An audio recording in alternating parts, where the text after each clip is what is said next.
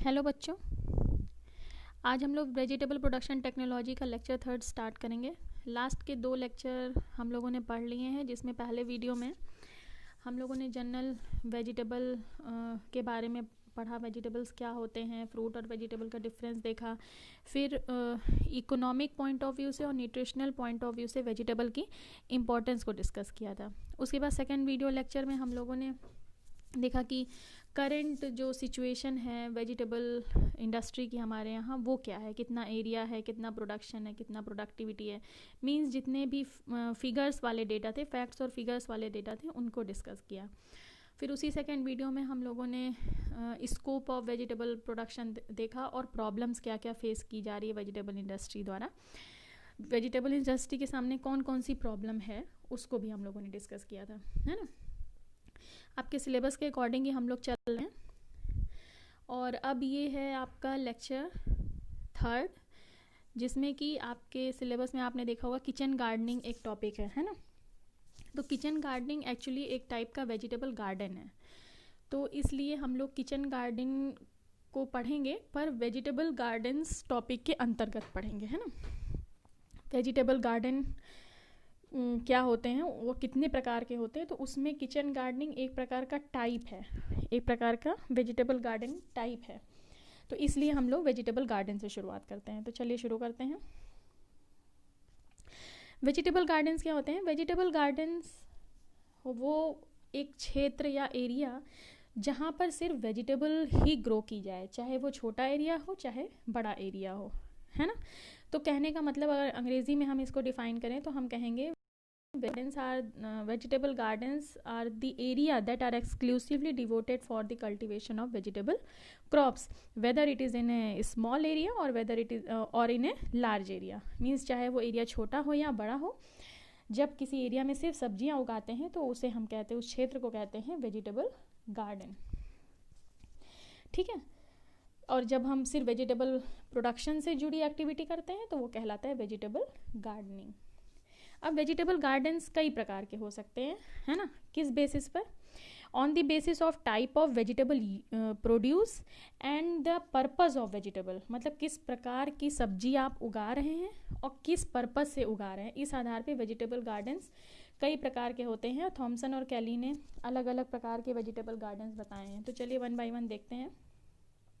सबसे पहला गार्डन होता है किचन गार्डन, या न्यूट्रिशनल गार्डन भी इसको बोलते हैं, सॉरी ये न्यूट्रिशनल गार्डन, है ना। तो क्या होता है किचन गार्डन? जब सब्जियों को घर में, है ना, घर में जो स्पेस अवेलेबल है, हमारे रेजिडेंशियल प्लॉट में अगर कोई खाली स्थान रहता है, वहाँ पर जब हम सब्जी उगाएं सिर्फ अपनी फैमिली की रिक्वायरमेंट पूरी करने के लिए, तो वह कहलाता है किचन गार्डन, है ना। मतलब आपकी किचन में जितनी सब्जियों की पर डे ज़रूरत होती है फैमिली, एक परिवार को, छोटा परिवार या हो या जॉइंट फैमिली हो, सिर्फ उस रिक्वायरमेंट को पूरा करने के लिए जब आप घर में ही सब्जी उगा लेते हैं तो वो कहलाता है किचन गार्डन, ठीक है। तो इससे इसका मेन पर्पस क्या होता है? ये पहला तो यही कि फैमिली की डेली रिक्वायरमेंट सब्जी की घर से ही पूरी हो जाती है, और दूसरा वेजिटेबल फ्रेश रहती है, न्यूट्रिएंट से भरी रहती है। न्यूट्रिएंट से भरी हम क्यों कह रहे हैं? इसी न्यूट्रिएंट का मतलब कि यहाँ पर ये है कि जब हम किचन गार्डनिंग करते हैं तो हम कोई 1 या 2 सब्जी नहीं उगाते हैं, हम हर प्रकार की सब्जी थोड़ी थोड़ी स्पेस में उगाते हैं। मीन्स हर तरह की सीजनल वेजिटेबल, मतलब ठंडियों के सीजन में जितनी भी प्रकार की ठंड की सब्जी आती, जैसे मूली, गाजर, सलजम, है ना, और कॉलीफ्लावर हो गया आपका, टोमेटो हो गया, कैबेज हो गया, ब्रोकली वगैरह हो गया, तो जितनी भी ठंड में आने वाली सब्जियां, मटर वगैरह हो गई, फिर समर में फिर से, तो मतलब हर तरह की सब्जियों को हम थोड़ी थोड़ी स्पेस में उगाते हैं। तो उससे होगा क्या? उससे ये होता है कि आप जो है पर डे कोई ना कोई वेजिटेबल जो कि न्यूट्रिएंट रिच है, मतलब हर तरह का न्यूट्रिएंट जो हर तरह की वेजिटेबल में पाया जाता है वो आपके परिवार को मिल रहा है। तो वो गार्डन सिर्फ किचन गार्डन ना होकर के वो एक तरह की न्यूट्रिशनल गार्डन बन जाता है। मीन्स कि वो एक ऐसा गार्डन जो हर तरह की न्यूट्रिएंट रिक्वायरमेंट आपके परिवार को पूरी करता है ना। तो उसे बोलते हैं न्यूट्रिशनल गार्डन। और इसका एक ये भी फ़ायदा होता है कि साल भर आपको वेजिटेबल की सप्लाई आपके किचन गार्डन से होती रहती है। नेक्स्ट है, ये देखिए लेआउट है किचन गार्डन का।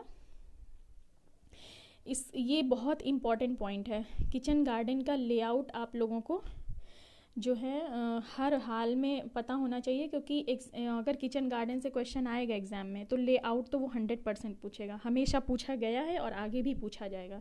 तो एक किचन गार्डन का लेआउट कैसा होता है इसको समझ लीजिए। तो एक किचन गार्डन में पहले होता क्या क्या है उस आधार पे आप लेआउट बनाएंगे, है ना। तो देखिए किचन गार्डन का जो भी एरिया है उसको सबसे पहले आप 2 इक्वल हाफ में डिवाइड कर लीजिए, है ना। स्क्वायर प्लॉट हो या रेक्टेंगुलर प्लॉट हो, आप उसको 2 इक्वल हाफ में डिवाइड कर लीजिए। सबसे पहले तो आप उसमें जो है रास्तों को बनाएंगे, मतलब जिधर से आप चल के हर क्यारी तक पहुंच सके। तो लगभग 1 मीटर एक तो जब 2 इक्वल हाफ में करेंगे तो एक रास्ता 20 से जाएगा जो लगभग एक या 1.5 मीटर चौड़ा होना चाहिए, है ना। बहुत ज़्यादा एरिया हम रास्ते में भी नहीं दे देंगे क्योंकि हमें सिर्फ पैदल ही उसमें वॉक करना है ना। तो हम बहुत ज़्यादा एरिया रास्तों में नहीं वेस्ट करेंगे। और इसी तरह गार्डन के किनारे किनारे भी, जहाँ पर ये देखिए लिखा हुआ है फुटपाथ, है ना, उधर, और हर तरफ दीवार के किनारे किनारे हर तरफ रास्ता देंगे। रास्तों का मतलब ये होता है कि हर प्लॉट को आप रास्तों से ईजिली अप्रोचेबल हो जाए, किसी प्लॉट में जाकर दूसरे प्लॉट में ना जाना पड़े, ठीक है। अब उसके बाद किस तरह से प्लॉटिंग करेंगे? प्लॉटिंग इस आधार पे करेंगे कि आपकी सब्जियां किस तरह की हैं। जो सीजनल सब्जियां हैं, एनुअल टाइप की हैं, एक वर्षीय हैं, उनको आप सेंटर वाले पोर्शन में अलग अलग क्यारियों में लगाएंगे। जैसे प्लॉट नंबर 1, 2, 3 में डिवाइडेड है ये, उसमें लगाएंगे। और जो पेरिनियल वेजिटेबल्स हैं जैसे कि सहजन वगैरह हो गया, करी पत्ता वगैरह हो गया, है ना, तो इन सब्जियों के प्लांट को हम कॉर्नर पर लगाएंगे, किनारों पर। इससे क्योंकि ये तो पेरिनियल है, बहुवर्षीय हैं, एक जगह लगा देंगे तो हमेशा रहेंगी, तो इसीलिए इसको सेंटर में नहीं किनारे पर लगाएंगे। साथ ही साथ अगर फ्रूट की भी रिक्वायरमेंट आप पूरी करना चाहते हैं अपने किचन गार्डन से, तो 1-2 फ्रूट प्लांट जैसे पपीता हो गया, बनाना का प्लांट हो गया या सिट्रस का पौधा हो गया, तो उसको भी आप प्लांट कर दीजिएगा एक कॉर्नर पर, है ना। तो इस तरह से आप देखिए। और फिर किनारे साइड में देखिए कंपोस्ट पिट है, यानी एक ऐसा गड्ढा भी होना चाहिए जहाँ पर आप इस किचन गार्डन के सारे वेस्ट को इकट्ठा करके सड़ाते जाएं और उससे जो FYM बने अल्टीमेटली फिर उसको इसी फील्ड में हर प्लॉट में अप्लाई करते जाएं। और जो वाइन वाली वेजिटेबल्स हैं जैसे कुकुरबिटेशियस वेजिटेबल, जैसे हो गया आपका करेला, लौकी, तुरई, ये कुंदरू वगैरह, इस तरह की सब्जियों को लिए आप जो है किचन गार्डन के किनारे किनारे जो दीवार है आपकी रेजिडेंस का, जो दीवार है या जो फेंस वगैरह है उस पर, क्योंकि ये वर्टिकली ग्रो करते हैं, इनको ये वर्टिकल सपोर्ट चाहिए, तो ये आसानी से अलग से स्पेस नहीं लेंगे और ईजिली जो है आप इनको किचन गार्डन के किनारे पर लगा सकते हैं। तो इस तरह से देखिए वेजिटेबल की टाइप के आधार पे आप ये वेजिटेबल गार्डन का लेआउट बनाएंगे। एरिया छोटा होगा या बड़ा ये डिपेंड करता है आपकी फैमिली में मेंबर कितने हैं। अगर 5 लोगों का परिवार है तो 250 स्क्वायर मीटर एरिया सफिशिएंट है 5 लोगों की फैमिली के लिए, है ना। 250 स्क्वायर मीटर का एरिया, ये कि स्मॉल साइज़ का किचन गार्डन होगा। और अगर इससे ज़्यादा है, 8-10 लोगों की फैमिली है, तो मीडियम साइज़ का होना चाहिए, उसी अकॉर्डिंग एरिया बढ़ जाएगा। और लार्ज साइज़ का किचन गार्डन तब हम लेते हैं जब हमारे पास जॉइंट फैमिली हो हमारे यहाँ, अगर, है ना, काफ़ी ज़्यादा सदस्य हों परिवार में, तो ज़्यादा बड़ा लेआउट होगा। और हर प्लॉट में कौन सी सब्ज़ी लगानी कौन सी नहीं, ये डिपेंड करता है हमारी फैमिली में किस तरह की सब्ज़ी की ज़्यादा रिक्वायरमेंट है, या कौन सी सब्ज़ी है जो रेगुलर यूज़ होती है, कौन सी सब्ज़ी कभी कभार होती है। जैसे मान लीजिए आलू है, प्याज वगैरह है, ये सारी सब्जियों की रिक्वायरमेंट ज़्यादा होती है ना, तो इनको हम ज़्यादा एरिया में लगाएंगे। टमाटर वगैरह ज़्यादा एरिया में, और जो कभी कभार है उसको कम में। लीफी वेजिटेबल हम ज़्यादा लगाएंगे क्योंकि हमें पता है हमारी डाइट में लीफी वेजिटेबल की क्वांटिटी ज़्यादा होनी चाहिए, है ना। तो उसके बाद है नेक्स्ट देखते हैं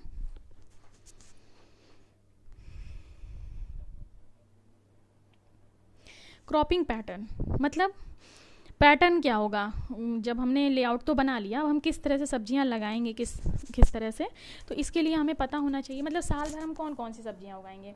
तो इसके लिए देखिए हमें ये पता होना चाहिए कि साल भर कौन कौन सी सब्जियां किस किस टाइम पर उगाई जाती हैं और वो कितने टाइम पीरियड की होती हैं। फॉर एग्ज़ाम्पल जैसे कैबेज है, कैबेज का टाइम कितना है, अक्टूबर से फरवरी तक, है ना। तो इतने टाइम पीरियड के बाद, फरवरी के बाद, फिर फरवरी में जो सब्जी लगाई जाती है जैसे काउपी वगैरह वो लगा दीजिए, जून तक वो चलेगा। फिर उसके बाद फेनुग्रीक मेथी लगा दीजिए। फिर वो उधर बरसात और जो है ठंडियों की स्टार्टिंग में जो है वहाँ पर इसका प्रोडक्शन शुरू हो जाएगा। तो इस तरह से आपको साल भर का कैलेंडर बनाना पड़ेगा हर क्यारी के लिए अलग अलग, है ना। साथ ही साथ कुछ वेजिटेबल जैसे कैबेज है, कॉलीफ्लावर वगैरह है, या कैरेट है, रेडिश है, इनका सोइंग का एक पैटर्न होगा। ऐसा नहीं आप कर सकते कि सारी की सारी, जैसे कैबेज के 50 पौधे लगाने जा रहे हैं आप, तो ये नहीं कि सारे के सारे 50 पौधे आपने इकट्ठे एक ही दिन लगा दिए, है ना। तो इससे होगा क्या कि सारी की सारी कैबेज एक ही दिन, एक ही समय पे मैच्योर हो जाएगी। तो ये सही तरीका नहीं है। आप क्या करिए कि जैसे आपको पता है कि आपको हफ्ते में 1 बार या 2 बार या 4 बार कैबेज खानी है, तो उस तरह से उतने इंटरवल पर आप 5-5, 6-6 पौधों को या 10-10 पौधों को अलग अलग टाइम पीरियड के इंटरवल पर लगाइए। तो क्या होगा कि ये अलग अलग टाइम पीरियड पर जो है मैच्योर होती जाएंगी। इसी तरह रेडिश भी जो है आप जो है ऐसा नहीं है जैसे पर डे आपकी जैसे पर डे आपको 6 या 7 मूली अगर परिवार में खपत है सपोज दैट, तो आप 6-7 या 10 बीज को, लगभग 10 बीज एक हफ्ते पहले बोइए, फिर 10 बीज को एक हफ्ते बाद। तो इस तरह से एक हफ्ते के टाइम गैप में आप करेंगे तो सारी वेजिटेबल इकट्ठे मैच्योर नहीं होगी। और ये जो रूट क्रॉप हैं, कैरेट है, रेडिश है, इनके लिए आपको अलग से प्लॉट देने की ज़रूरत नहीं है। बेहतर हो कि 2 प्लॉट के बीच की जो मेड़ होती है, रिज वगैरह होती है, उस पर इसको लगा दें। क्योंकि किचन गार्डन में आपके पास एरिया लिमिटेड होता है और पर यूनिट एरिया आपको ज़्यादा से ज़्यादा वेजिटेबल लगाने के लिए स्पेस चाहिए, है ना। तो आप इस तरह कैरेट या रेडिश के लिए स्पेस वेस्ट नहीं करेंगे। नेक्स्ट पॉइंट है, अच्छा अब कितने टाइप्स के होते हैं किचन गार्डन, है ना। तो किचन गार्डन जो है इस 2 आधार पे हम इसके टाइप्स की बात कर सकते हैं। एक तो ये है कि किचन गार्डन में हम किस तरह की जो है फ्रूट लगा रहे हैं या वेजिटेबल लगा रहे हैं। अगर हम फ्रूट और वेजिटेबल दोनों ग्रो कर रहे हैं तो ऐसा भी किचन गार्डन हो सकता है, या ऐसा किचन गार्डन जिसमें हम सिर्फ वेजिटेबल ग्रो कर रहे हैं, ठीक है। उसके बाद नेक्स्ट है साइज़ के बेस पे, जिसकी अभी हम बात कर रहे थे कि फैमिली मेम्बर के according large size kitchen garden भी हो सकता है जब आपके यहाँ ज़्यादा फैमिली मेम्बर हो, जॉइंट फैमिली हो। मीडियम साइज़ किचन गार्डन मतलब 8 से 10 लोगों का परिवार हो। स्मॉल साइज़ किचन गार्डन मतलब जब 5 मेंबर्स का फैमिली हो तो वो स्मॉल साइज़ का कहलाता है ना। मतलब 250 स्क्वायर मीटर का आपका प्लॉट होगा। उसके बाद 4th टाइप है टेरेस गार्डन। ये उन लोगों के लिए है जो लोग शहर में रहते हैं, जिनके पास किचन गार्डन के लिए खाली स्पेस अवेलेबल नहीं रहती। शहरों में देखिए तो घर इतने क्राउडेड सिटी होती है जहाँ पर वैसे ही जगह की शॉर्टेज होती है, वहाँ पर किचन गार्डनिंग के लिए जगह मिल पाना बहुत ही मुश्किल होता है। तो ऐसे में उन लोगों के पास एक ही ऑप्शन बचता है, वो है उनके घर की छत पर, टेरेस पर गार्डनिंग करना।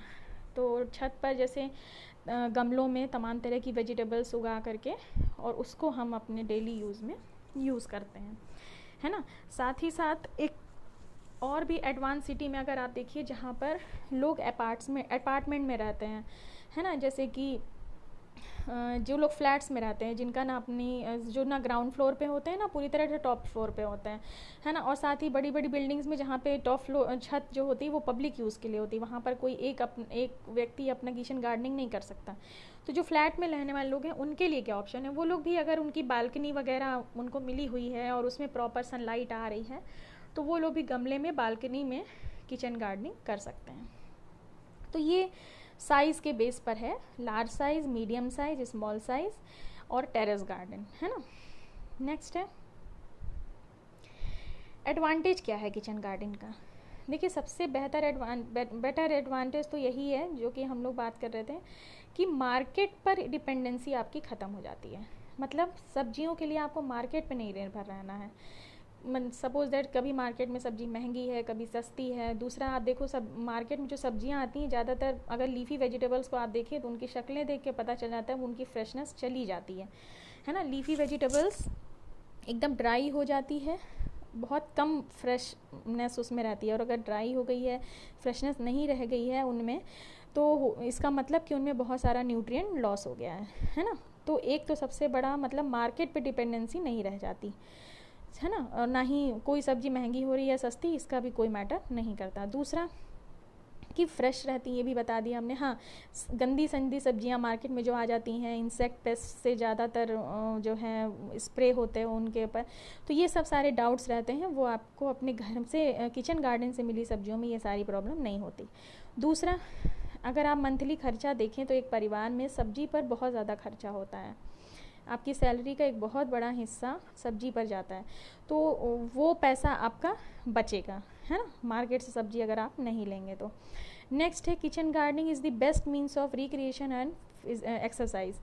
मतलब किचन गार्डनिंग में आप बाहर से लेबर तो लाओगे नहीं, अगर आप छोटा सा आपका 5 परिवार का जो है फैमिली है, सॉरी 5 मेंबर का परिवार है, या 8 से 10 लोगों का, या बड़े जॉइंट फैमिली के लार्ज साइज़ है, तो ये फैमिली लेबर से ही किचन गार्डनिंग आप कर सकते हैं, है ना। यानी घर का हर सदस्य थोड़ी थोड़ी सी गार्डनिंग एक्टिविटी में इन्वॉल्व होकर के एक फ़िज़िकल एक्सरसाइज के तौर पर आप हर तरह की वेजिटेबल ग्रो कर लेंगे, आपको बाहर से लेबर की ज़रूरत नहीं पड़ेगी। थर्ड पॉइंट है it secure enough vegetable with in the means of all classes at very cheaper rate. All classes का मतलब ये कह रहा है कि कोई अमीर हो या गरीब हो, अगर उसके पास जगह है तो वो किचन गार्डन अपने परिवार को सफिशिएंट न्यूट्रिशियस वेजिटेबल प्रोवाइड कर सकता है ना। इसमें क्लास का कोई मतलब नहीं आता, बस आप किचन गार्डनिंग करिए, तो अगर आप गरीब भी हैं तो भी दूसरी मतलब आप कम से कम किचन गार्डनिंग के तहत। नेक्स्ट है the cost of raising vegetable in kitchen. ये कह रहा है कि जो कॉस्ट आती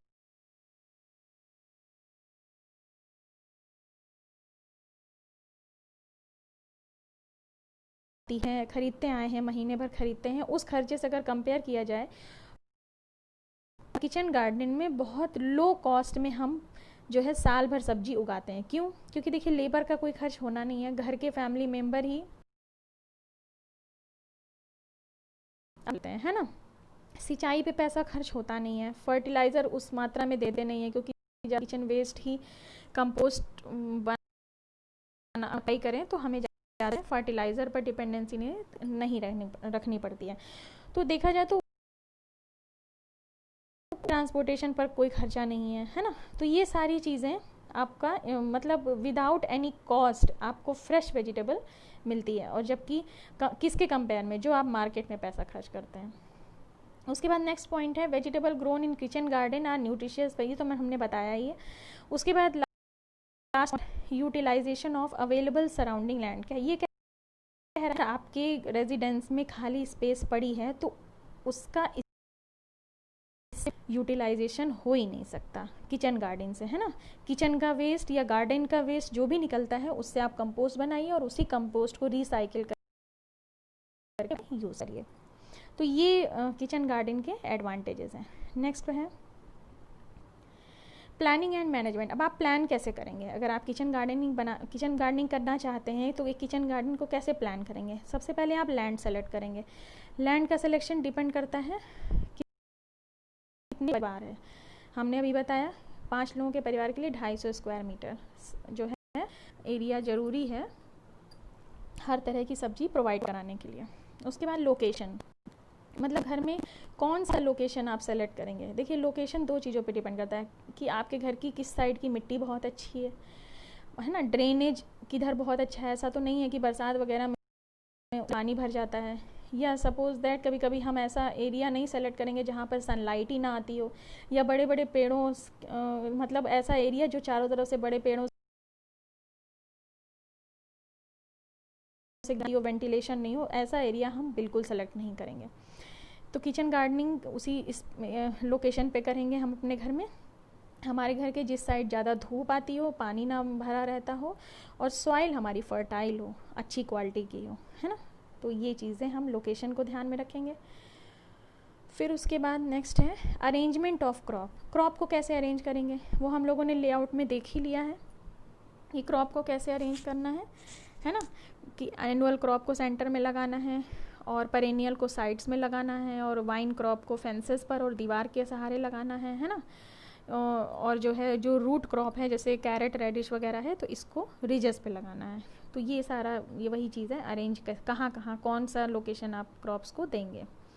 उसके बाद है मैन्योरिंग, मतलब खाद वगैरह देना। तो मैंने बताया कि बेहतर हो कि आप अपने गार्डन के वेस्ट को इफ़ेक्टिवली कलेक्ट करें कंपोस्ट पिट में, है ना। किचन के वेस्ट को, मतलब कोई भी तरह का ऑर्गेनिक वेस्ट जो आपके घर में निकलता है, आप उसको डिकम्पोज करिए, ताकि अल्टीमेटली वो आपकी क्रॉप के लिए ही, किचन गार्डन में ही अप्लाई करने के लिए बेनिफिशियल हो। आप किसी भी तरह से जो है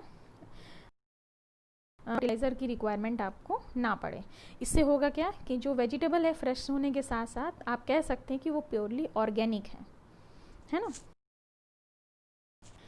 फिर भी अगर जो है लार्ज साइज़ का, अगर लार्ज साइज़ का किचन गार्डन है तो आपको जो है केमिकल फर्टिलाइज़र अप्लाई करना पड़ सकता है। नेक्स्ट है इंटरकल्चर। इंटरकल्चर का मतलब कि तमाम जब आप एक बार प्लांटेशन क्रॉप लग जाती है तो तमाम तरह के इंटरकल्चर ऑपरेशन करने पड़ते हैं, जैसे वीडिंग, खरपतवार हटाना, स्टेकिंग, मतलब कोई पौधा गिर गया हो तो उसको किसी चीज़ के सहारे खड़ा करना, थिनिंग, कहीं पर घना हो गया हो पौधा तो कुछ मतलब जो पॉपुलेशन डेंसिटी को मेंटेन करने, इरिगेशन, ये सब एक्टिविटी हैं जो कि समय समय पे करते रहना है, ताकि जो भी आपकी फसल है, सब वेजिटेबल है, उसमें प्रॉपर ग्रोथ और डेवलपमेंट हो सके, है ना। और ये फैमिली मेम्बर द्वारा ही किया जाना है। इससे उनकी भी फिजिकल एक्सरसाइज होगी और मेंटली भी वो लोग रिलैक्स रहेंगे। आप अपने खाली टाइम का इफ़ेक्टिव यूटिलाइजेशन कर सकते हैं। इरिगेशन भी बहुत उस तरह से नहीं करना है जैसा कि बड़े बड़े फील्ड वगैरह में किया जाता है ना। आपको रेगुलर वाटर की सप्लाई देनी में जिस प्लॉट में जैसे रिक्वायर्ड है। गर्मियों में हो सकता है ज़्यादा आपको इरिगेट करना पड़े, समर्स में, विंटर्स में थोड़ा सा कम फ्रीक्वेंट इरिगेशन करना पड़ता है, और रेनी सीजन में तो कोई ज़रूरत ही नहीं है ना। साथ ही साथ एक काम ये भी कर सकते हैं कि आप अगर किचन का जो वेस्ट वाटर निकलता है जैसे बर्तन वर्तन धोते समय, तो उसमें देखिए बहुत सारा जूठन वगैरह और ये सब चीज़ें धुल के पानी में घुल करके जाता है। तो इससे वाटर क्या होता है, काफ़ी न्यूट्रिएंट रिच होता है ना। तो इस वाटर आउटलेट को अगर आप अपने गार्डन से कनेक्ट कर दें तो वो किचन का जो वेस्ट वाटर है उसको भी आप यूज़ कर लेंगे इरीगेशन के तौर पर।